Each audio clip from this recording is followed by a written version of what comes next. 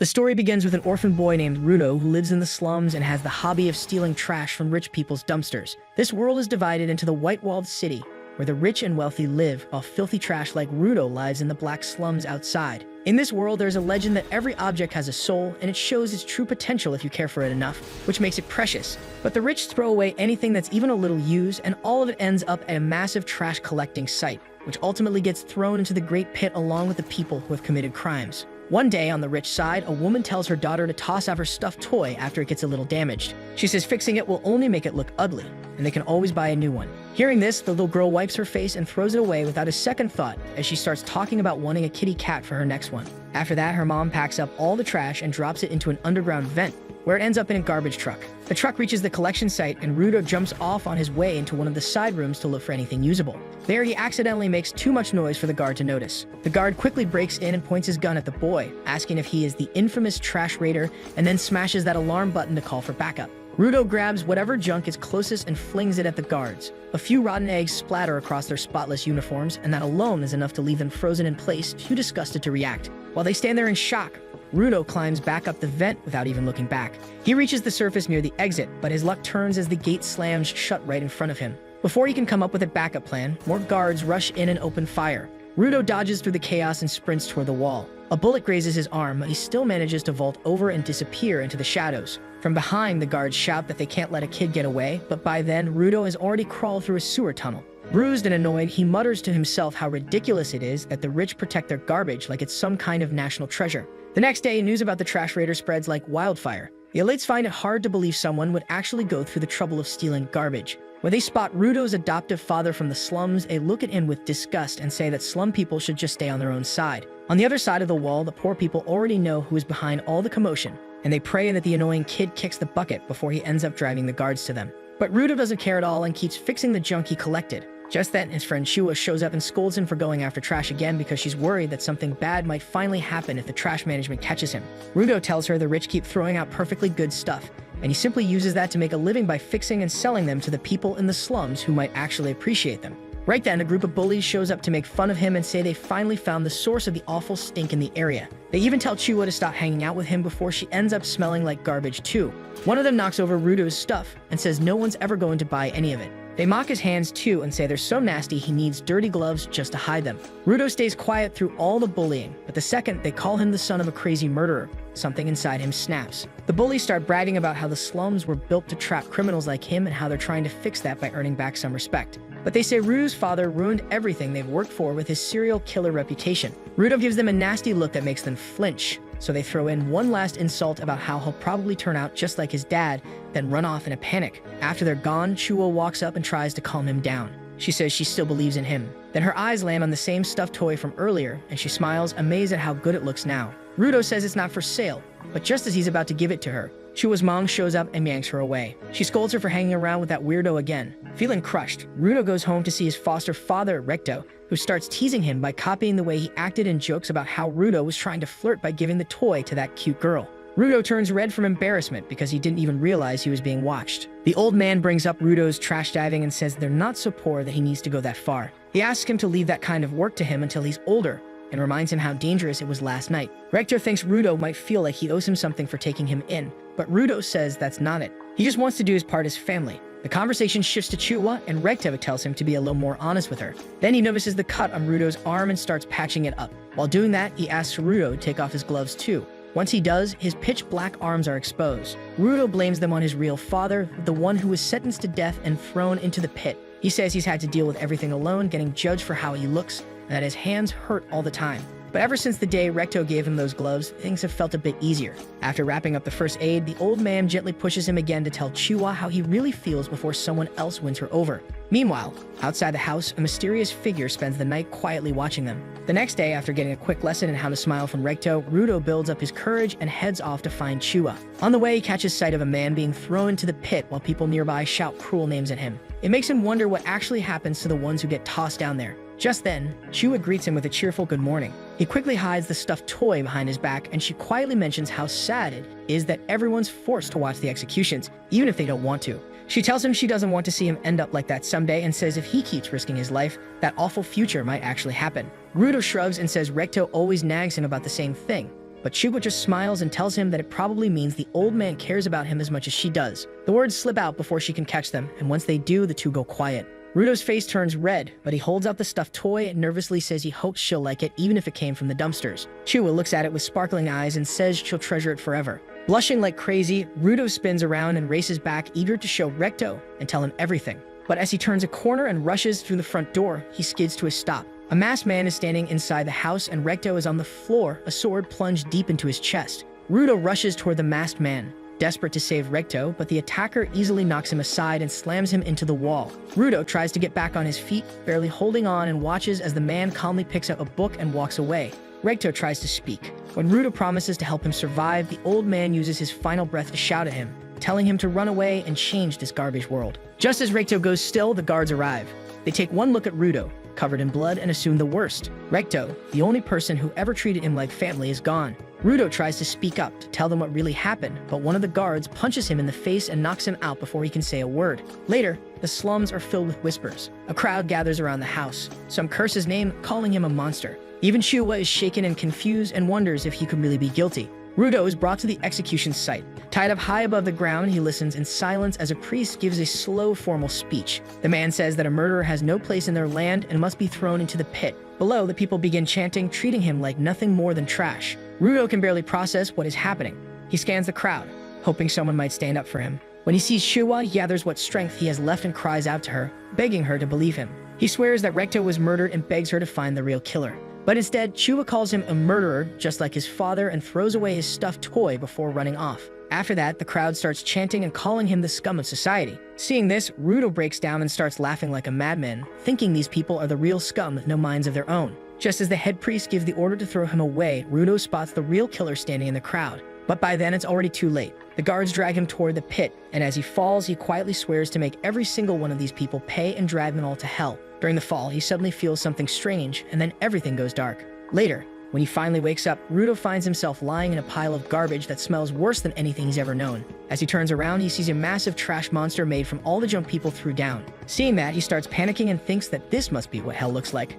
At that moment, Rudo remembers how, ever since he was a kid, he always found it strange that the rich kept talking about crime and filth, but never stopped to wonder what happens to the trash once it's thrown into the pit. That thought makes his blood boil. He gets angry thinking about all the fools who call him a monster, even though they have never seen the real monsters themselves. Back in the pit, the giant trash beast chasing him suddenly stops and lets out a loud roar. That sound echoes through the area and draws more monsters toward him. Soon, they start to surround him from all sides. As they close in, he wonders what these things even are, because trash should not be crawling around like wild animals. He barely manages to jump out of the way and keeps running, but ends up tripping and landing face first right beside a rotten skull. His whole body hurts, and the situation feels hopeless. Fueled by frustration, he curses the people who threw him down here. Just then, the pile beneath him gives out, and he falls again. When he hits the bottom, his body is covered in scrapes and bruises, and the air is so filthy that every breath feels like it is cutting up his lungs. He tries to cover his nose and looks around for even a small place to rest, but it finally hits him that there is no safe place here, and the only thing still alive in this world is the garbage itself. Rudo coughs up so much blood that even the trash monster seems to hesitate, slowly creeping closer to put him out of his misery.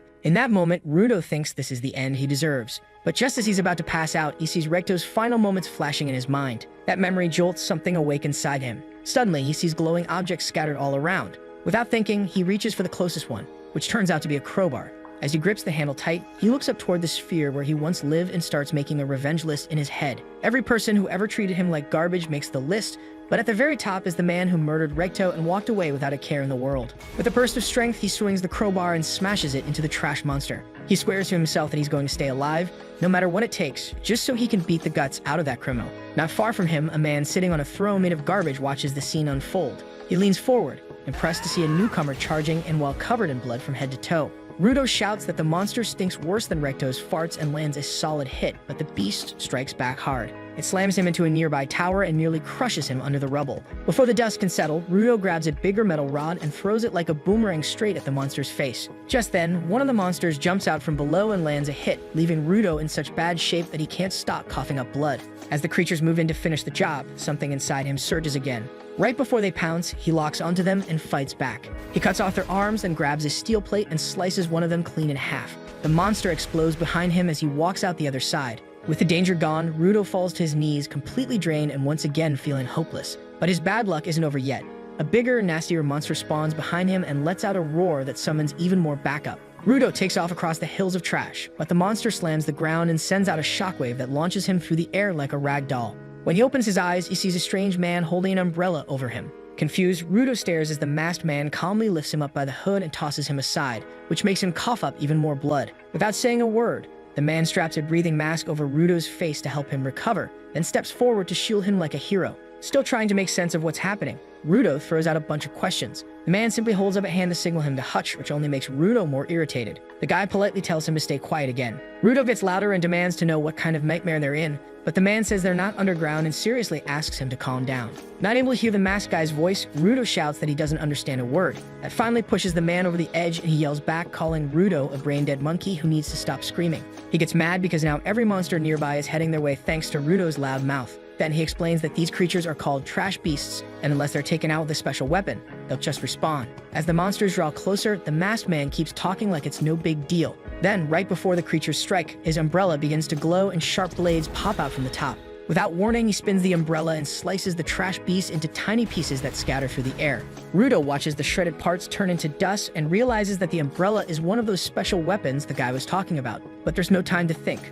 More monsters show up and the masked man charges in without hesitation. The first monster explodes the second he touches it, and after that, he jumps from one to another at a speed so fast that Rudo can't even keep track. Watching him land smoothly and float down with the umbrella like a parachute, Rudo feels a mix of awe and envy as he thinks that this is exactly the kind of power he needs if he's ever going to get revenge for Recto. Just then, one of the trash monsters builds up a dark sludge attack in its mouth and fires it at them. But the masked man blocks it with his umbrella just in time, and the sludge explodes on impact. Without missing a beat, he leaps onto the monster's head and uses a special move called Octa Shredder, which drills through the monster's skull like a jackhammer until it completely breaks apart. After the fight, he walks over to check on Rudo and looks a little surprised that the noisy kid is still alive. When Rudo weakly asks who he is, the man removes his mask and says his name is Engine from the cleaners. But the moment he catches a whiff of Rudo, who smells like an old man's diaper, he quickly puts the mask back on, and by then Rudo finally passes out. In his dreams, Rudo finds himself remembering a time when he came home covered in mud after getting bullied again. He had told Recto that it happened because he spoke about objects having feelings.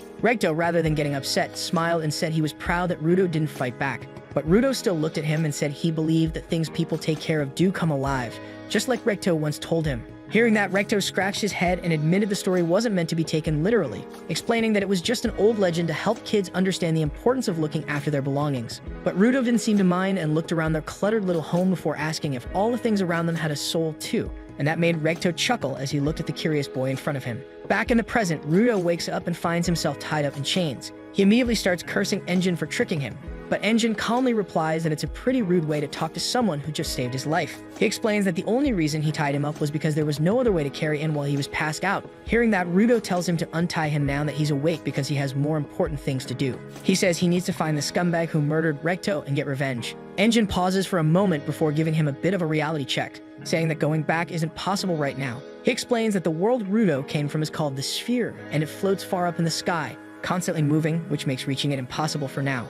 Rudo catches on to what he said and points out that the word now means it might still be possible someday. He gets fired up and starts yelling at Engine to tell him everything about the Sphere, the monsters, and the strange power he used. He says he's not going to stay quiet until he gets all the answers he needs to make Recto's killer pay. Tired of hearing him yell non-stop, Engine finally loses patience and tosses his mask aside, telling Rudo it's time for him to learn what the pit is really like. Without explaining anything, he grabs Rudo and drags him like a dog across the wasteland until they reach a deserted area. There he throws him out into the open and tells him to enjoy the stay. Rudo starts yelling that he hasn't even been told what the lesson is supposed to be, but he quickly goes quiet when he notices a group of masked people staring straight at him.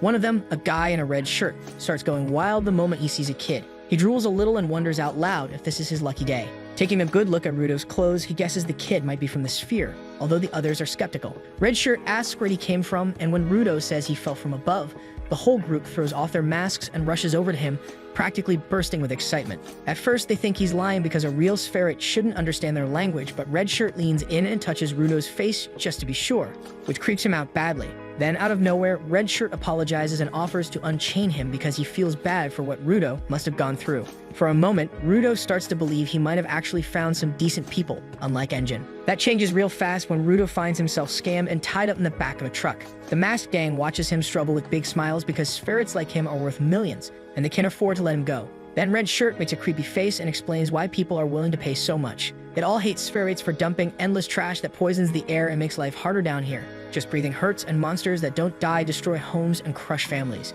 So when someone from the sphere shows up, the only thing people want is to make him suffer for as long as possible. After saying that, Red Shirt gets excited to torture Rudo, but for now, he needs to keep him alive. So he stuffs rotten food into his mouth just to see him suffer, thinking it must be pure agony for a spoiled kid from above. But to his horror, Rudo skins the flesh off his fingers with his teeth, eats the disgusting food like it's nothing, and glares back. Tired of being mocked and given dumb nicknames, Rudo gets so angry that his gloves activate. He breaks the chains and says he's done taking trash from anyone. Watching from a distance, Engine confirms what he suspected. Rudo is a giver, one of the rare humans who can bring objects to life. The gang panics and tries to tie him up again, thinking the chains must be his weapon. But Rudo shuts them up when transforms a nearby tire, shocking everyone around him since givers aren't supposed to have more than one object. After he takes out the rest of the thugs, Rudo moves in to finish off Red Shirt for good, but Engine steps in and stops him just in time. That moment snaps Rudo back to his senses, and he suddenly remembers Recto's words about taking care of his gloves. Engine realizes he pushed the kid too far and apologizes, saying he only wanted to see if Rudo truly had the power.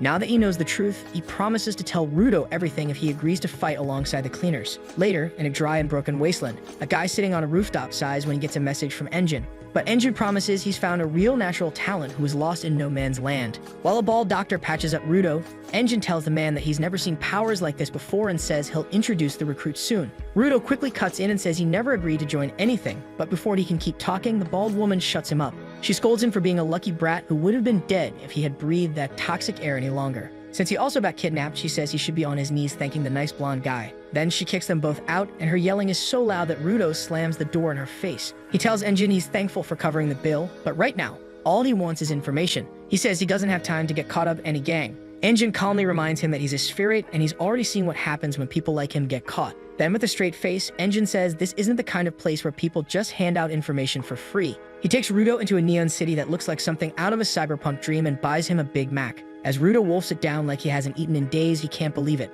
He thought the pit was just full of trash, but here's a real city with real food. Engine asks his name and says it's pretty manly. Then he gives Rudo a quick rundown of life on the ground. He explains that it's not just piles of trash they're dealing with here. There are piles of dark feelings too, and the people here call that energy anema. Engine explains that anema is a kind of energy, and when it builds up too much, it can cause serious problems like turning into trash beasts. These monsters usually live in the dumps and attack people on sight, but every now and then they sneak into cities too. Hearing that, Rudo asks why people don't just stay locked up in cities where it's safer. Engine says that ground folks care too much about their freedom to hide away in one place forever. Then he tells Rudo that normal weapons don't work on trash beasts because their cores are made of anema. That's where Rudo's glove powers come in. As Rudo looks down at Recto's gloves, Engine explains that when someone takes care of an object for a long time, it absorbs their emotions and memories. That builds up anima inside it, and the object becomes something called a vital instrument. Just like how a chef has a favorite knife or how some people treat their old gear like treasure, these tools can turn into powerful weapons. Vital instruments are strong enough to destroy the core of a trash beast, but they're not easy to use. Most people can't even activate them. That's when Rudo realizes he's one of the rare few who can, and Engine says people like them are called givers.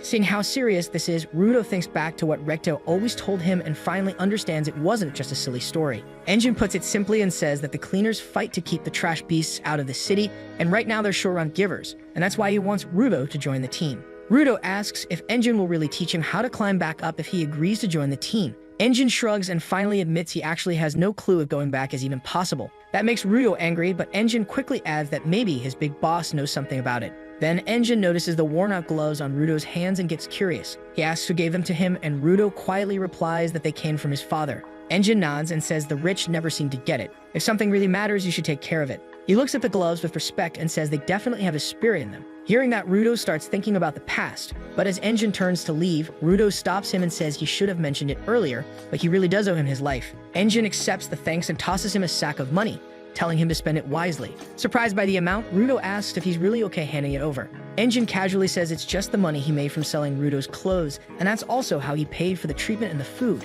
That really ticks Rudo off, but before he can blow up, Engine runs away and shouts that Rudo is seriously slow if it took him this long to figure it out. He tells him to wait there while he goes to get his trainer. As he leaves, Rudo swears to leave this dumb team the moment he learns how to climb back up. Just then, a cat decides it's the perfect time to steal the money and runs off with the sack in its mouth. Rudo makes a run for it and follows the cat into an alley, where he notices a stick sticking out of the wall and picks it up without thinking much of it. As the cat slips for a second while trying to jump off a trash bin, Rudo quickly uses the stick to pin it down and manages to snatch his money back. Just then, a stranger shows up and tells Rudo to return what belongs to him. Thinking he's talking about the money, Rudo calls him stupid and says it's his money, but the guy calmly replies that he meant the stick. Rudo laughs and says it's just a dumb stick, but the way he says it clearly gets on the guy's nerves. Without saying another word, the stranger shoves Rudo aside, snatches the stick back, and then starts sniffing it like a complete weirdo. That's when Rudo notices the emblem on his clothes. It's the same one Engine wore. That's when he realizes he might have picked a fight with the wrong person. Before he can say sorry, the guy powers up as a giver and slams the now glowing stick into the ground, his blue light flashing in front of Rudo as the man tells him to get ready for what's coming.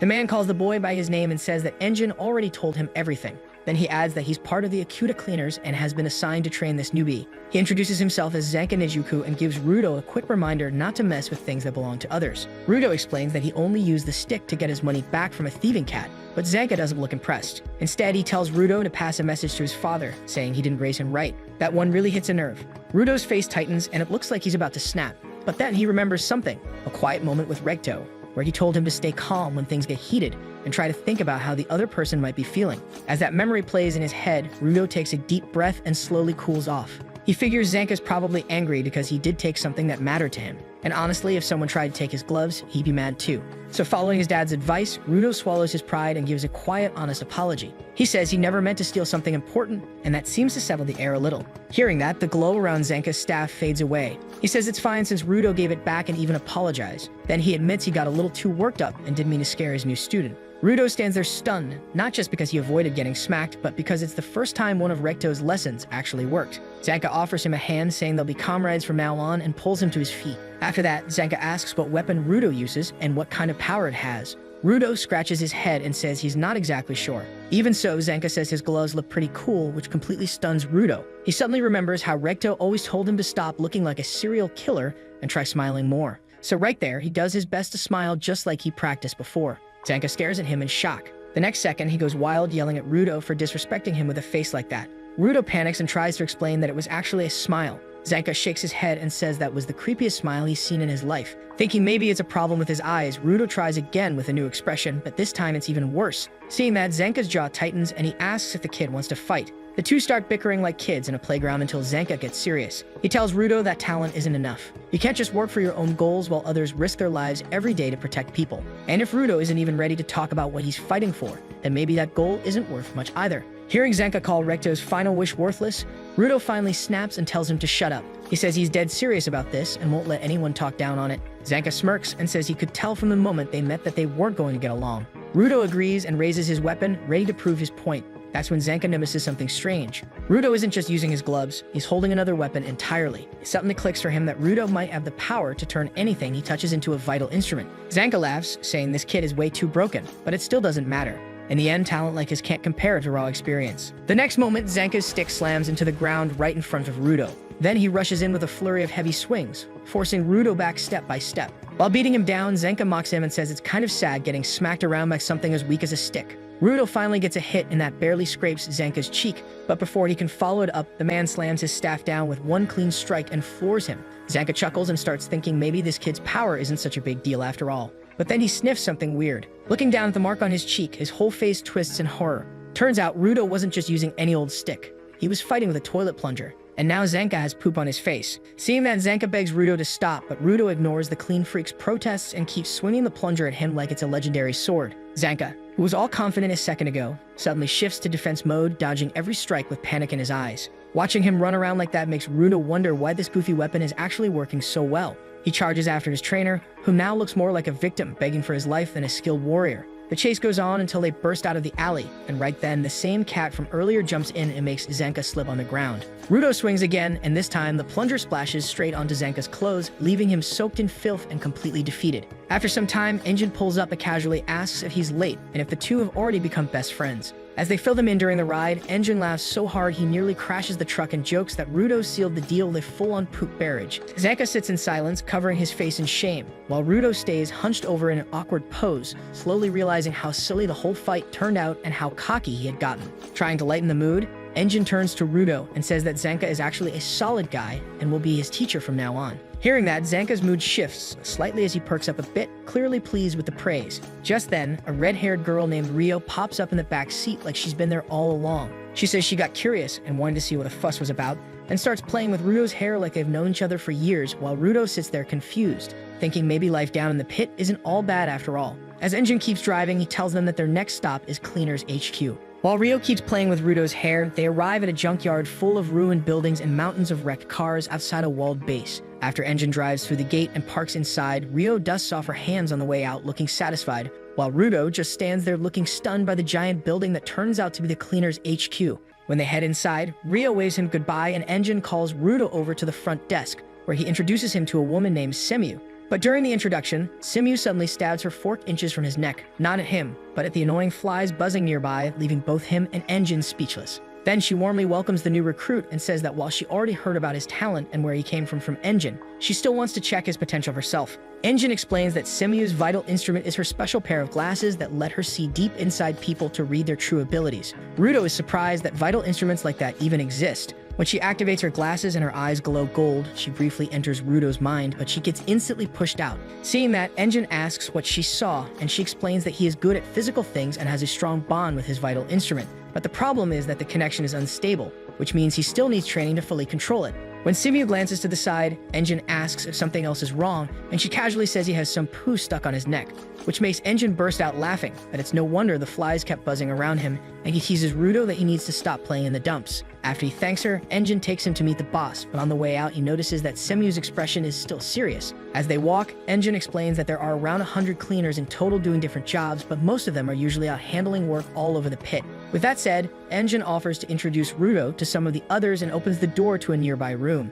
thinking it will be mostly empty, but when over a dozen cleaners are inside, giving them cold stares, he quickly shuts the door and says they can do that later. After that, they reach the boss's room, and just before Rudo can walk in like an idiot, Engine stops him, knowing full well Rudo is probably about to barge in and demand to know how to return to the sphere. He warns him that nothing comes free down here and that Rudo will need to earn information by doing work first. Then he reminds him that while he chose to reveal his own vital instrument, it is an unspoken rule not to ask others about theirs, especially not the boss who keeps his secret. Even so, the cleaners trust him anyway. After taking a deep sigh, Rudo finally walks into the room only to see it completely empty. Right then, Semu shows up and casually says she forgot to mention the boss is out. Rudo is disappointed, which makes Engine smile, and he then asks her when the boss will be back, but Semu simply shrugs. Engine is irritated at the boss, who should respect time a little, considering he is supposed to be a leader. Just then, Rio sneaks up from behind and suggests our boy tag along with her as a trainee on her works, since he cannot join the cleaners until the boss arrives. She gets into an uncomfortable position and argues that she wants to know more about him. After she takes him in, they start to discuss the client's request, that a nearby town is facing the threat of some small trash beasts approaching it, and they simply want to dispose of them. Rudo then asks what this polluted zone is, and Semu looks at Engine, asking him why he still hasn't told the newbie about it. Engine explains that he did mention it, but renamed it the dump area to make it sound easier. Semu calls the guy a half-wit and turns to Rudo in order to explain. She tells him that the ground is divided into two zones, one of which is the safe zone, inhabited by humans, and the other is home to the trash beasts called the polluted zone. She further adds that the place he unexpectedly landed in was a very special polluted zone called No Man's Land. There are currently 4 of these, and most humans are bound to die in that area as they are full of ginormous trash beasts that even the givers have a tough time fighting. She tells the boy that he was lucky Engine somehow wandered off to such a place, and then asks him what he was doing there. Engine intervenes with a stupid, meaningless argument, and the receptionist then takes out a mask from under the desk and hands it over to Rudo. She asks him to put it on whenever he is in the polluted zone, as breathing the toxic atmosphere there can make him dangerously ill. She elaborates that without this mask, a person would die in no man's land in about 15 minutes. As the story progresses, the gang has already headed over to the quest place, and all of the cleaners are wearing these masks. Rio tells our boy that it would be an easy job, but she still wants him to pay attention. Rudo looks at the trash zone in front of him, wondering just how long he had breathed the air while he was in there. However, this place is exactly how he had pictured the pit to be when he was back up in the sphere, as there was no information about people living down here. But still, his eyes sparkle when he looks at the trash, because for a trash thief, this place is no less than a treasure trove.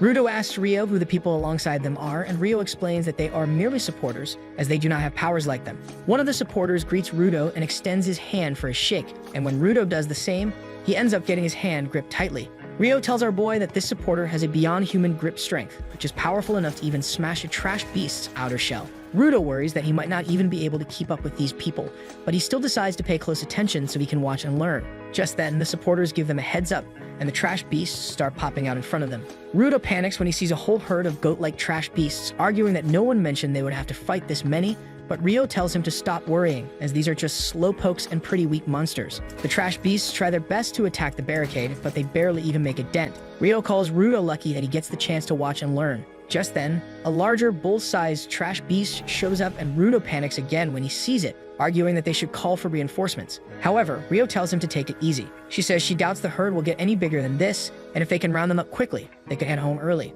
Then out of nowhere, Rio smiles and says she wants to throw him a welcome party once they get back, but he replies that he is not even an official member yet. So she suggests a different kind of party, deeply concerning how she can be so chill on the battlefield. Rio sighs when she hears that and gives him advice that staying calm is the most important thing in the underground. That one line snaps him back to focus, but the mood dies down instantly as a giant beast suddenly smashes through the wall beside them. Rudo tries to stay calm and tells himself it will be fine, but when he looks at Rio, she is stoked by the cool monster because even though it is not ideal for training, strong enemies get her heart pounding. Seeing how pumped she is to fight the behemoth, Rudo keeps repeating like a broken record that all is okay. After that, he notices the scissors in Rio's hands start to glow. As a whole horde of beasts charge her way, she tosses the scissors into the air, and they transform into a massive pair midair. Rio lands right in the middle of the enemies and cuts through the trash bowls all around using just her feet, leaving Rudo stunned. The supporter explains that Rio is called the Ripper, and she is one of the rare cleaners who use their vital instrument with their feet. While Rudo watches in awe, the supporter warns him not to space out and stops the bull rushing at him from behind. After crushing its face with raw grip strength, the guy yeets it over to Rio, who slices it clean down the center and tells him to keep them coming. So while Rudo stands there, he watches the supporters weaken the beasts and toss them to Rio like the dream team. He is blown away by how amazing real cleaners are and suddenly remembers the time he said like a fool that he would offer help just to get what he wanted. With the small fry cleaned up, Rio turns toward the big one right as it slams down in front of her. The supporters quickly move out to stop the others from joining the fight. At that moment, Rio notices one of the beasts is still alive and rushing toward a supporter who tripped over its horn. Just as the guy thinks it is over, Rudo blocks the monster from gobbling him because if he wants the cleaners to share their intel, he cannot afford to be dead weight. In order to prove his worth, Rudo lights up his power in a reddish aura as the weapon he's holding gets imbued with his energy, and its shape changes into a web-like pattern. At that moment, Rudo starts to think about how he is actually using his power and gets scared, realizing that he has no clue how to tap into it. The monster keeps pushing forward and manages to break his weapon. Just then, Rio steps in and tells the boy that he has done a great job. The supporters apologize for their carelessness and ask Rio about the update on the huge trash beast. Rio explains that it is not a typical monster, as no matter how many times she cuts it in half, it still won't go down. The supporters then head back to alert the surrounding towns and the base about this new monster, while Rio gets back to the fight. She jumps on top of it and starts chopping the thick wires on its head, and finds something shining there. She wonders what that is and decides to destroy it, but the monster shakes its head and throws her away. After that, it regrows its hair and starts powering up and goes berserk. The impact of the beast's attack shatters the ground as its attack reaches Rudo and the other cleaner. Rudo barely manages to dodge and ends up falling down into the pit created by the monster's attack, while wondering how useless he is right now. Just then, a supporter picks him up and makes a run for it. While he runs away, he cheers Rudo up by telling him to continue working towards his goal once he has decided upon it. Just then, Rio manages to spot the monster's weak point and strikes through the shining spot on its head with her massive clippers and finally takes it down. After the fight, she meets up with Rudo and the supporter and explains that the beast stopped moving when she stabbed through this rusty cutter, and this makes them wonder if it's a vital instrument and what it's doing inside a trash beast. At the same time, Red Shirt, who had been knocked out by Rudo, wakes up in shock to find a mysterious person sitting in front of him on a sofa. He asks who he is, but the man ignores the question and instead demands to know the location of this ferret boy. Back at the cleaner's HQ, Zanka feels sleepy as he walks to the cafeteria and becomes surprised to see a party going on inside. He goes up to Rio and asks why everyone's up so late, and she replies they are throwing Rudo a welcome party, though most of them look like they just came to drink and blow off steam. Then he looks around and finds Rudo looking depressed with his face stuck to the table. Zanka notices that the guest of honor isn't even happy, and Rio explains it is because he couldn't use his vital instrument properly on the mission, and Zanka thinks he is pretty lame. After that, he asks Rio about the strange trash beast, and she explains that its core wasn't a normal item like usual. Instead, it was powered by a vital instrument, and this is the first time a vital instrument has spawned a trash beast. She says that she isn't sure what to do about it, so she stopped thinking about it, and that it's a problem for the higher-ups now, which means she can go home and enjoy dinner. Zanka is not surprised by her attitude, and she tells him that Engine and Simu will be coming soon as well. At the same time, Rudo silently stares at his gloves when a supporter named Grizz joins him at the table to thank him for his help. Grizz lets Rudo know he could see the effort he put in the fight, but Rudo says he did not do anything. When Gris tells him he saved Follow's life, Rudo does not recognize the name, and Gris explains that Follow was the young supporter with goggles who nearly got crushed if Rudo had not stopped the trash beast. Still, Rudo is frustrated that Rio had to bail him out because he could not use his power, and he was just like this on the surface, always losing control and having Recto bail him out. The reason he is mad at himself is that he always needs saving and never lives up to what is expected from him, but Gris thanks him again, which stuns him. The man says that most cleaners think supporters are so weak that they are practically dead weight, dragging them down, and now most of the new recruits think that way as well, but Rudo is different. Gris smiles as he says that Follow joined because he wanted to fight the monsters, but because he is powerless, he is working hard while caring for his object, hoping he will become a giver and get back at the givers who make fun of him for being a weakling. After that, he advises Rudo to forget about expectations and remember what his goal was from the start. Hearing that, Rudo wonders what it should be, and Gris tells him to remember his regret when he was thrown in the pit, and his goal will naturally come to him. Finally, Gris tells him to be confident and pats him on the head, which makes Rudo really emotional, but the moment is quickly ruined when Engine leans on him from behind. Engine is surprised that Rudo hasn't eaten yet, and Rio warns him that there won't be any food left for him, even though she is the one who ate most of it. With that said, Gris invites Rudo to eat with him and the others, and Rudo is stunned when he sees everyone smiling at him warmly, so he happily goes along. After that, music starts playing and a strange guy begins spray painting on the wall. Engine tells Rudo to watch the name Gob closely because he's a man who does what he wants with confidence. As Gob paints, the crowd yells at him to stop because the paint stinks, but he keeps going. Engine asks him not to draw trash this time, but Gob grins and says he can't make promises. With a bright glint in his eye, Gob continues and Rudo is amazed by his dedication. Meanwhile, in the dark room, Red Shirt is injured from head to toe and begs the man to spare him since he has told him everything he knows. The evil man grants his wish by putting a blade in his mouth and swiftly pulling it out while repeating the description of Rudo that Red Shirt gave him. Later, when Semu gets back to the reception, she receives a call from a client and then calls in Zanka and Rudo, along with the supporters, to brief them about the request. Zanka complains to the receptionist about sending Rudo along since he has yet to officially join the cleaners. Semu replies that she has specifically called in Rudo because the request is quite related to him. She explains that a merchant got robbed of his cargo by a trash beast while traveling through the polluted zone and has now asked them to get his stuff back. She adds that the client is living with some spirit just like Rudo, which is why she thinks it might help Rudo get a hint about his way back to the surface. Grizz realizes that Rudo might be worried and tells him that he has the choice whether he wants to go or not. Rudo looks at his gloves thinking he might just end up getting in others' way, but still decides to take a shot at it and replies that he is ready to tag along. When Semu feels that Zanka might be uneasy, she finds a way to motivate him by telling him how Engine responded by saying that Zanka can handle everything. This changes the mood for Zanka as he cheerfully takes the role of a leader. On their way to the mission, Rudo asks Gris if he doesn't carry a weapon, to which Gris explains that he does have a spare knife, but he prefers fighting with bare fists. Follow teases Gris by revealing that he prays to some random talisman every time he leaves for battle, and while Gris is showing his item, suddenly they're startled by a stranger standing behind them wearing a scary mask. The stranger explains that she is the client and thanks everyone for coming for her request. She says that she will guide them to the trash beast's lair. Rudo gets excited and quickly asks a bunch of questions about the Spherit. The merchant lady simply replies that she was carrying her cargo when she came across the Spherit and took them in. But since they were unconscious, even she's worried about them. Rudo makes a serious face and asks if she plans on selling the Spherit. The merchant lady denies doing any such thing and makes it clear that she only has interest in Spherites. While the group follows the merchant, Zanka feels everything is suspicious since the trash beasts usually attack humans on sight and wonders why one would go as far as kidnapping a human instead of obliterating him. Just after a few steps, the merchant points at a building telling everyone that this is where she came across the trash beast. Zanka asks everyone to gear up since the trash beast could be hiding anywhere. Just as they hesitantly enter the building, they see someone at the opposite end, but before they can react, the merchant lady starts pushing them in that direction. By the time everyone realizes that the person at the opposite end is just a doll, it is already too late and the floor collapses, making everyone fall down while the merchant lady jumps back. After Rudo recovers, he wonders why the floor suddenly turned into mud, and the girl politely asks if they are fine.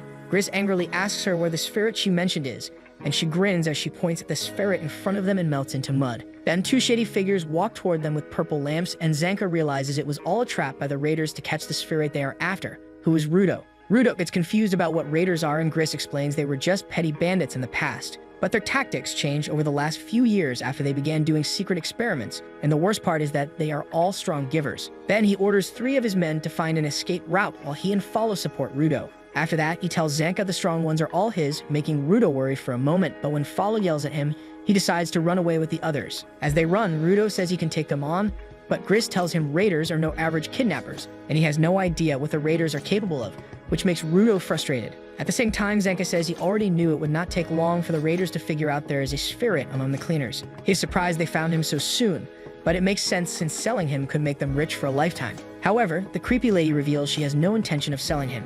Instead, the raiders want information about the sphere, and the best way to get that is to ask a spherite, especially to know how he survived crossing the barrier alive. As Zanka takes off his mask, he says he couldn't care less about the sphere and confirms there aren't any trash beasts around. The lady confirms it as she summons her mud dolls, and after seeing her power, Zanka quickly figures out that the ground turning into mud was her ability. Zanka quickly activates his vital instrument as he argues that dealing with her squishy mud marionettes won't be hard for him. The lady raider hides her other companion inside her mud monsters, and Zanka gets attacked from behind by him. Her companion mocks Zanka for forgetting him because of his overconfidence, and just then, the lady disguises the other raider back in her marionettes and plays a hide-and-seek game where Zanka has to figure out which one is actually him. Zanka moves his weapon in all directions, hoping to catch the other raider, but each time he ends up beaten up and finally gets pushed to the back. He gets very angry and makes a futile attempt to close in on the lady, but gets trapped in her mud. She explains how she has turned many parts of the ground into mud so that you won't be able to move much and will get stuck. The lady makes it clear that Zanka is the only one here who actually stands a chance against her, and once she deals with him, there will be no one in her way to kidnap the spherite. Zanka shuts off the lady as he loudly states that her stupid tactics are irritating him a lot. It seems he has figured out her strategy and explains how she simply uses her shovel to control the mud, while her companion uses a vital instrument to deal damage. He adds that her companion is wearing snowshoes, which let him walk on the unstable ground, and now that he has figured out their tactics, he feels excited to take them down. The lady takes it as in mockery and warns Zanka that things are going to get tougher for him, but he stays confident and replies that he knows his vital instrument much better since he smells it and trains with it daily. The lady gets irritated by his long speech and sends her mud monsters to attack, but Zanka quickly picks up his rod and strikes it on the ground. He uses the sonic vibrations to locate the raiders and then dashes directly toward them, taking them both out in just a moment. As the lady goes down, all her pet monsters turn back into mud, and just when Zanka gets a bit cocky, he senses a strong presence behind him, which happens to be the evil man who was torturing the red shirt before. Meanwhile, Rudo and the supporters have made it to the exit door. Gris opens it and finds a staircase there, and instructs the rest of the supporters to go up and call for backup, while he stays behind to check on Zanka. Just then, they see someone hurrying toward them and assume it must be Zanka, thinking he has already dealt with the raiders. However, it turns out to be the boss of the enemy. The raider gives Rudo a careful look, confirming if he is their target. He leaps onto the exit door and smashes the wall, blocking the way out as he recognizes Rudo as the spirit giver. Grizz Rubian warns him that Rudo is now part of the cleaners and that messing with him will make him the enemy of all of them. The bad guy ignores the warning and says he was late only because of his poor sense of direction. He claims that he never meant to give them this much time and then begins walking toward them. While Grizz tries to ask him about Zanka's whereabouts, the raider brushes him off again and tells Rudo that there is somebody who wants to chat with him. The raider takes off Rudo's mask with force, telling him that there are no trash beasts here, and when Rudo asks about Zanka, the bad guy says that he went easy on him and only knocked him out, though the poison might be giving him a bad time. The raider then uses his vital instrument to transform the rings on his fingers into sharp claws as he warns Rudo to come along quietly. Both supporters jump on him to try and hold him down, but they fail and are slammed hard to the ground. As the boss prepares his claws again, Grizz steps in front of Rudo, vowing to protect his team at all costs. The boss lowers his claws and mocks what he has heard about these so-called weak supporters the cleaners have, saying they are useless and cannot protect anything. Rudo tells Grizz to fall back since he cannot fight the raider unarmed and insists he can handle him himself. The boss then asks Rudo to promise he will not get mad and reveals that he has already murdered Grizz with an attack no one could even see. The raider stabs his claws through Grizz and declares that weaklings like him are completely worthless. Grizz's lucky charm falls as he dies, and Rudo quickly reaches out to catch it. Rudo's memory flashes back to the time when Recto came home and found him banging his head against the wall like a lunatic, blood running all over his face. After laying the little boy down, Recto asks why he did it, and Rudo replies that Recto taught him never to hurt others. Seeing the boy harm himself instead gives Recto a headache, but he sits down and asks what made him do this. Even after the pain in his hands had started to fade, and he was avoiding people. Rudo says there is nothing in particular, but the only thing he carries is a burning hate inside, and even if someone asks him why, he cannot put it into words. Hearing that, Recto understands the boy thinks his parents abandoned him and now believes he is worthless because of it, and a child like him cannot handle such heavy emotions. Then Rudo asks what worthless really means, but Recto decides to patch him up and take him outside, since one of the reasons behind Rudo's sadness is not having anything fun to do. He should discover everything out there until he finds something he can truly enjoy. Recto hypes him up, saying there will be a day when his empty room is filled with things he loves, but makes him promise to warn him in advance if he ever wants to bring a girl back home.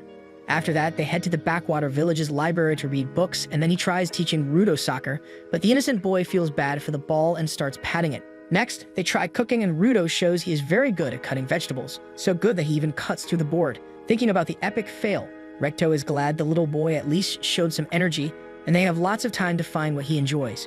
Just then, Rudo sees a villager throwing away trash and asks Recto what he is doing. He finds the discarded item so fascinating that he barges through the door and dives into the dumpster. By the time Recto catches up, he sees the boy bawling his eyes out while holding tightly to the object, leaving Recto confused about what kind of emotion he is even feeling. Rudo cries that it is horrible that the object with a long life ahead was thrown away simply because it is slightly broken. He yells nonstop that he wants to fix it, and Recto realizes Rudo is not just projecting his feelings about himself, but he actually sees worth in things others already consider worthless. Back in the present, Rudo awakens the power inside Gris's lucky charm, and Gris, who is still holding onto life, finally understands why he could never activate it before. No one had ever truly understood its nature until now. Rudo's ability does not simply turn random objects into vital instruments. Instead, it brings out their true hidden worth. Rudo transforms the lucky charm into a defensive weapon with a large eye, and instead of panicking, the bad guy just drools over it. The bad guy grows curious and asks Rudo if this is his vital instrument, as he gets eager to know everything about it. Meanwhile, the other supporter carries Gris to safety and tries to give him a little first aid. Rudo remembers how Gris was the reason he realized what he truly wanted to do, and if Gris hadn't made him see that, he would still be lost. Thinking this, Rudo braces himself to strike the enemy hard. The raider says he loves strong givers and holds out his claws, introducing himself as Jabberwonger. Jabber says he wants to have some fun and asks Rudo his name. After the introduction, he gets excited like a maniac, saying that he wants both of them to tear each other apart, and then dashes toward Rudo. On the other hand, the other supporter struggles to hold off Gris, but the blood keeps flowing heavily. Gris watches Rudo fighting and realizes that the reason he couldn't fight before was that his emotions had clouded his main purpose, but now there's nothing left to distract him. Back in the fight, Jabber jumps back and clings to the wall as he asks Rudo why he isn't coming to him. Rudo tells him to come himself, and the raider does just that, leaping over Rudo with a powerful attack. However, he finds himself landing on the floor as Rudo has already dodged it somehow. Jabber continues with a barrage of attacks, but Rudo dodges every single one. Finally, when Jabber asks why his attacks don't even reach him, Rudo explains that his friend Gris has prayed for everyone to return safe and sound, and safe means uninjured, which is why he is focused on defending so that none of the enemy's attacks can even touch him. Jabber says that Rudo's vital instrument seems to only increase his ability to dodge, and he tells Rudo how useless it would be if he couldn't even attack him. Rudo points out that Jabber has been missing the fact all along. It turns out that Rudo hasn't taken a single step, yet he is still dodging every attack, and the one moving all this time was Jabber himself, which means Rudo can predict every single move he makes. As Jabber rushes at him again, Rudo uses his vital instrument to paralyze him, and since his talisman cannot actually attack, he follows up with a punch to knock him away because fists are Gris's preferred weapon, and he wishes to honor his comrade. The raider bleeds from his nose but still laughs like a maniac, impressed that Rudo used the big, scary instrument to guide his movements and finally strike him with his fist. Rudo reminds the guy that he was the one who wanted to have some fun, so he is more than happy to play along until he makes him a heap of trash lying on the ground. Hearing him throw mad disrespect really ticks Jabber off, and he jokes that Rudo is pretty cold-hearted for not feeling guilty about being a guy with no mercy. Right as Rudo tells him he is the only exception, Jabber appears behind him, ready to swing, but Rudo paralyzes him again and lands another brutal punch in his gut that sends Jabber and his creepy grin flying. The boss quickly recovers, though leaping around so fast that dust clouds form all around him, which makes it impossible for Rudo's eyes to follow, and Jabber's surprise attacks him by smashing pillars apart and hurling slabs at him from all directions. He finally forces Rudo to shield his eyes and charges in for the hit, but the Lucky Charm's eye freezes him once again, allowing Rudo to nearly bash his skull in, though Jabber manages to slip away at the last second. Laughing like a maniac, he charges back in, jumping around even faster than before, but the all-seeing eye freezes him the moment he gets close, and Rudo blasts the lunatic away once again. After that, the madman bounces around so fast that he looks like a blur, but Rudo continues blocking his attacks and pounding the stuffing out of him. While Jabber cackles in his madness, Rudo shuts him up with one last two-punch combo that knocks him out cold for a moment, causing him to stumble backward until he falls against the wall. Seeing him pant like a dog, Rudo tells him to just give up already, but Jabber only smiles because it has been a long while since he got beaten this badly, and he thinks Rudo probably enjoyed it too. Rudo is creeped out by his ugly expression, but suddenly the crazy guy gets serious and explains his theory that Rudo's vital instrument probably works by sensing the killing intent of an enemy and then moving them out of harm's way. However, he noticed when he was hurling the slabs of stone that things without bloodlust do not trigger the instrument at all. Then, with a twisted grin, he begins explaining the power of his own vital instrument Mankira, saying the right claw carries a poison strong enough to paralyze the target till it can barely breathe, before suddenly piercing it deep into his chest. Rudo stares in confusion as the madman laughs in pure enjoyment over the pain, and that is when Jabber explains that if he blacks out from the poison and his unconscious body fights on, there will be no killing intent to detect. As he expresses how excited he is to see what happens, His consciousness slowly fades away, and Rudo silently stares in horror as his body twitches. His eyes slowly roll back, and the wall behind him shatters. After Jabber knocks himself out with his own poison, he suddenly lets out a loud scream with blank, lifeless eyes and charges at the boy with terrifying force. Rudo panics, realizing his opponent seems to be back at full power, and then notices that they're dangerously close to the supporters. If the madman gets near them, someone might get hurt, so Rudo starts running in the opposite direction to pull him away. Jabber chases after him, still screaming, and Rudo barely manages to knock him back, but the lunatic immediately gets up without missing a beat and screams again. That's when Rudo figures out that the madman wasn't lying when he said that he was going to use his own poison on himself, which means Rudo's weapon is now useless, since the talisman only reacts to hostility and Jabber's unconsciousness erases it. Rudo wonders just how much experience and willpower this crazy man has, then pauses and thinks if he's actually just a straight-up masochist. Rudo remembers how some bullies once called him a masochist while beating him up, and after they left, he went straight to his old man to ask what the word even meant, and now with Jabber getting back on his feet despite being knocked out, Rudo starts wondering if maybe he really is one of those masochists as Jabber charges at him again, forcing him to barely hold his ground and defend, while the madman completely overpowers him and is just about to drive the sharp blades on his face into him when a rod suddenly comes spinning and slams Jabber to the ground, pinning him down, and Rudo instantly recognizes the weapon as Zenka's before the man himself appears, insisting that he is not going to be brought down this easily and tells Rudo to get ready for attack. Rudo jumps back beside Zenka and points out that he looks like he is barely holding on, but Zenka brushes it off, saying he's fine and tells him to quit looking down on him. He then adds that it might be about time Rudo starts using the powers of his vital instrument since things are looking rough. Rudo argues that the real problem is that his ability will not work on the madman in his unconscious state, and right now, he's just barely dodging the attacks. When Zenka asks his vital instrument only works on hostility, our boy is caught off guard and questions how he even knew that. Zenka explains that he has been watching and analyzing the fight from the start, reminding him that he is his tutor after all. With that said, Zenka starts thinking to himself that while Rudo cannot attack, he, on the other hand, has been immobilized. That gives Zenka an idea, and the man asks Rudo to let him hit him. Hearing that, the boy wonders if he enjoys beating someone up like Jabber, but Zenka explains it is only an experiment.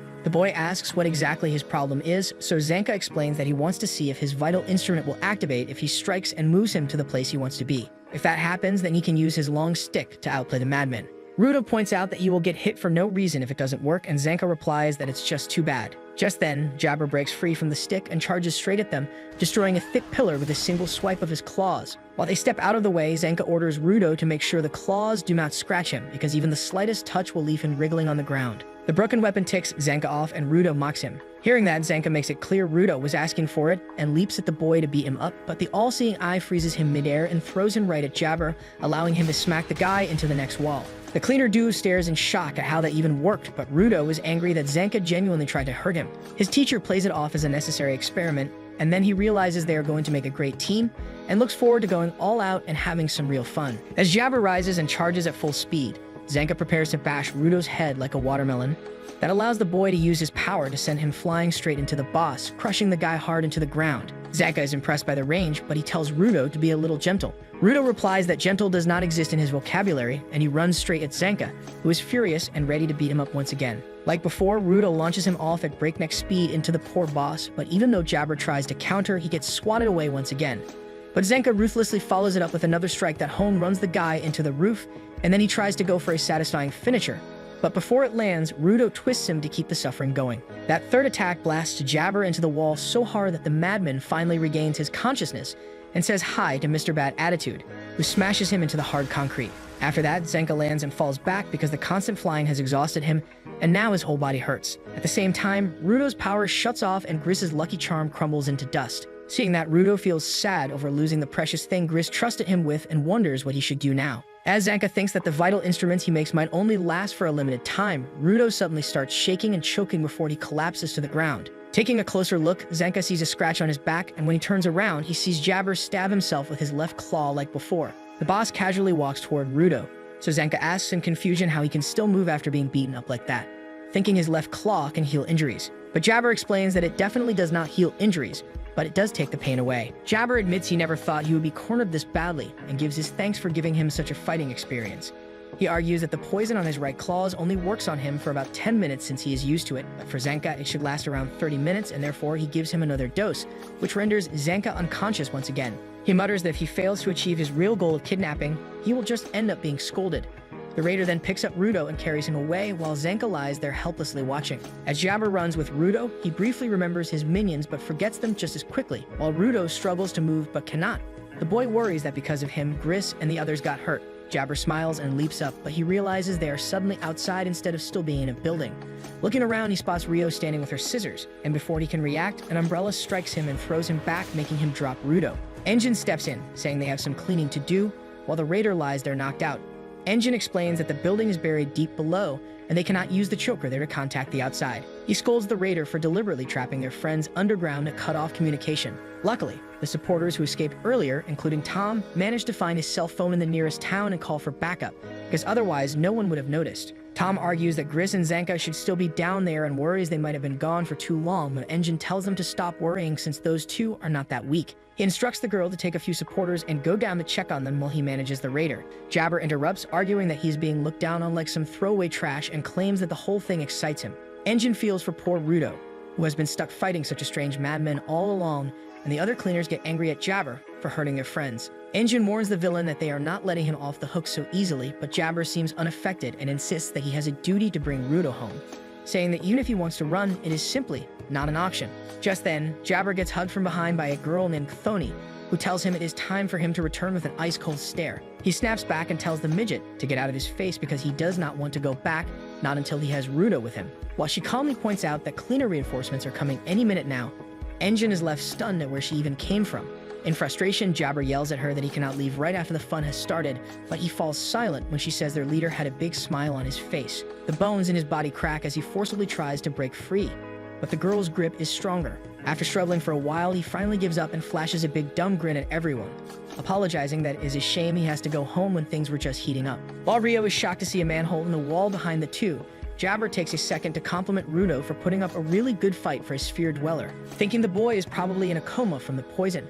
Jabber tells Engine to send him his regards, but it completely shocks him when he sees Rudo move in his condition. Rudo swears they are not over until he pays him back for Gris's lucky charm, and his feisty spirit fires the guy up.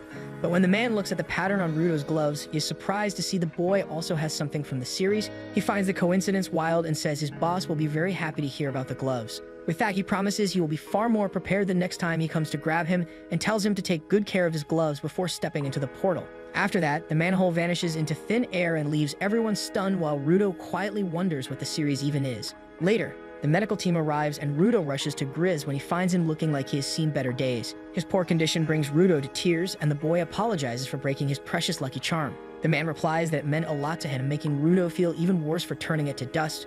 But Gris goes on to say that he's glad Rudo was able to survive because of it. But that's where this video ends. Remember to like and subscribe to the channel. Thanks for watching, and I'll see you next time.